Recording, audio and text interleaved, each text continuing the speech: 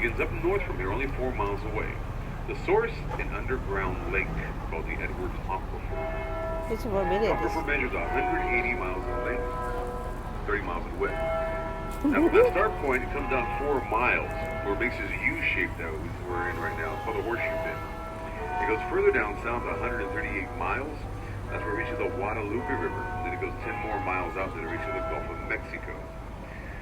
So the natives used to call this river Yanajuana, peaceful waters, your language. Now over time, they put 2 extensions to it. That's where people get confused, things artificial.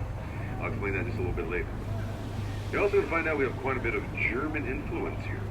Dates back to the very early 1800s. They had a war in their country. And during that time, a lot of those people migrated here. So back in the 1850s, German was the dominant language here in San Antonio. So you hear me say German this, German that, that's the reason being. But we're going to start off with this structure to the right over here, the cream color one. That is the Mokaira Hotel and Spa. Now, back in 1901, it used to be the L. Frank Saddlery, when they used to make horse saddles and harnesses. And during that time, they made saddles for the French, British, and the American troops during World War I. Now, for my Tejano music lovers, do we have any? Just for you, sir, directly over your head, the famous but unofficial Salinas Bridge. Yeah, named after the late singer Selena Perez. Her husband proposed to her right up on top of there. How sweet, huh? Well, at least in the movie Selena. Yeah, not to be confused with the Jennifer Lopez Bridge. And to the left, the most photographed hotel out here. It's been in many magazines. The Omni La Mansion. Built back in 1853. Hi, Doogie. It's St. Mary's School for Boys. It later became St. Mary's Academy. After that, St. Mary's Law School. Well, 2 of the graduating students, lawyers, they came back in the 1960s, and they purchased the building. Made the hotel this day. We get a chance to go to the lobby there. That's the same one as back in 1853. Now, if you have a camera, you might want to take them out. I'm showing optical illusion so that we can ask what I need to bridge you. Take a look off the front left coast. Is that white side? This is Dix. Alright, if you look at the very top of this building, it looks like a freestanding wall about the fall walk. You look all the way up to the very top. Ooh, oh, that's a neat. Yeah, that's a big hospital. That's one of the very first hospitals in the United States to have centralized air conditioning. Back in 1930, keep the passengers down. Now, a couple of famous people that were born in there. Carol Burnett, Oliver North, and the actor Tommy Lee Jones. It is still used as a functional hospital today. Now, the only one that I know of with a bar down the basement, they call that the anesthesia room. Now, directly ahead of us is the Hyatt Regency Hotel. Now, this hotel does sit directly in front of the Alamo. So before construction, they had to do shadow testing. Make sure no shadows ever cast over. So it's a little bit shorter than the rest of the hotel around. And speaking of the Alamo, that's a little shortcut to get you there. Walk right to the hotel.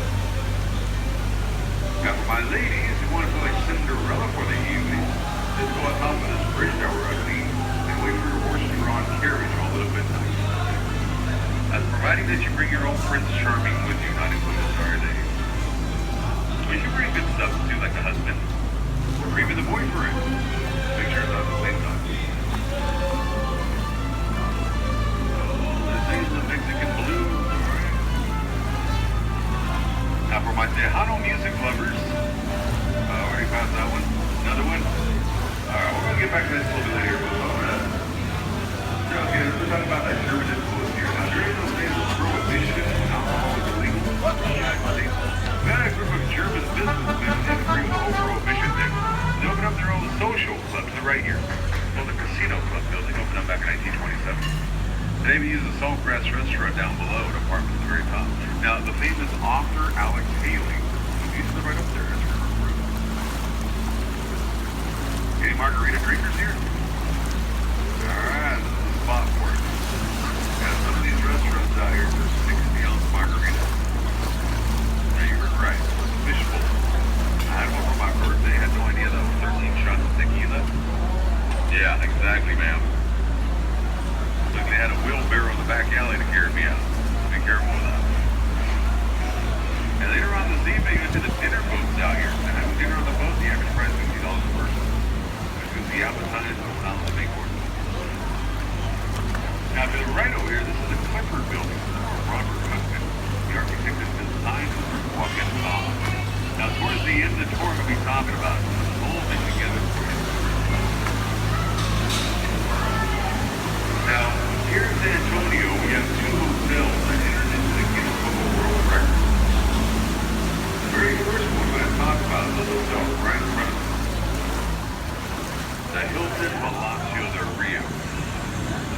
closer look at it. I know it's not the most prettiest looking thing, mind you. Very functional house created. We like to call it the Lego building, modular construction. Each one of those rooms are built independently from each other, 8 miles south away from here. Now, they built these rooms on an assembly line process, much like how you would build on a factory. So first they built the room, first they built the square, they painted it, placed the carpet there, made the bed, put the towel for the tower outfit, on the soap dish, even down to the final night issue. And they loaded up these rooms on flatbed trucks around this location. Now, once they arrived with commercial cranes, they stacked them up like Lego blocks on top of each other. It only took 202 working days to complete that project from the ground up. Just the nick of time for the World's Fair. That opened up 48 hours after. Yeah, 48 hours after. See what's happening here with a deadline like that? It's a rush job. Yeah, to make a long story short, we had a construction crew that was supposed to erect a hotel, 500 rooms, the World's Fair 68, and during the process, it went bankrupt. During that time, the city was actually in major panic. We had to let hotels out here, so they don't sleep. So the construction crew simply to save the day, led by HB Factory. He said, we'll go ahead and pick up this project, but we're going to get the deadline in less than a year. We're going to construct this hotel like a naval ship. We're going to have these rooms prefabricated on one unit. Have the plumbing and electrical work set up so it's plugged into each other. Have the rooms fully furnished, which is exactly right now. Go here early. I entered to get the book of world records of fast hotels being built on the side. Rarely solid. Now, before I get to the second hotel, folks, take a look over there on that bridge. We have Santa. Hello there, Santa.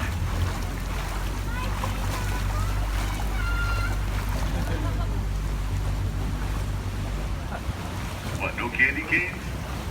Boy. It's a tie year. Now, for the second hotel they did again, it's called the Fairmont, built back in 1906 as a 3-story brick building. Now, the Fairmont Hotel, folks, used to stand to the left of us, right where the Marriott stands today with the double antennas.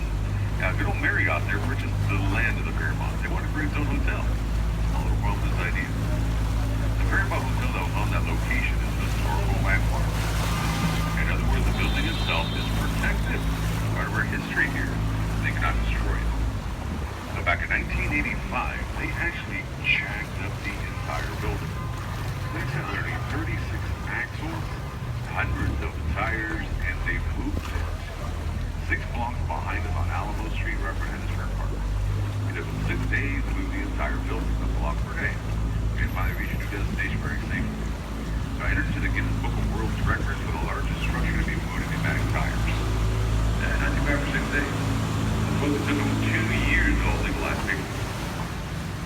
And when they moved that building, they moved it right on top of this bridge that we're underneath.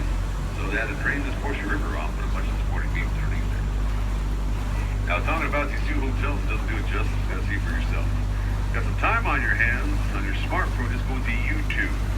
In their Fairmont Hotel, San Antonio, Texas. Also the Hilton Palacio, the Real Hotel. You're gonna find a 20-minute documentary. And speaking of buildings, been here before. It's been a while. They look off the right. Got stuff missing. One of our larger structures coming out about 5 months ago was a very large wrecking ball.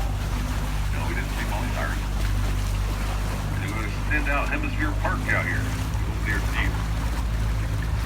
Actually, there's more construction on the other side of the convention center. Yeah, this area that we just entered, this is next to the Henry B. Gonzalez Convention Center.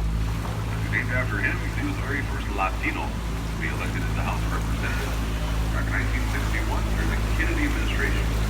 Served there until 1990 and then passed on the portion. It's also where San Antonio being quite a bit of its money. Yeah, we have people from all over the world who join us here for the convention. So with the convention goers and tourists combined, with 30 million visitors a year. That brings in $6 billion revenue to our city. Now, over the right, there's a little shortcut to the Tower of America. Hopefully, it's right to Hemisphere Park, with the 1968 World's Fair. So we have to go to the very fabulous ride. Now, I'll let you in a little secret only this book campus know about. See this island on our great left-hand side? That's going to be moving to the next survivor. Yeah, but you got it. All right, folks, hold on. We got a couple of icebergs straight ahead. We're going to feel a couple of bumps as we go through here.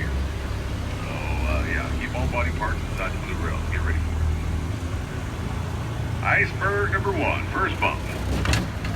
Yeah, don't worry, the boats are rental. Iceberg number two. Whee! Y'all had fun? But that's about exciting as it gets here. Welcome to my world.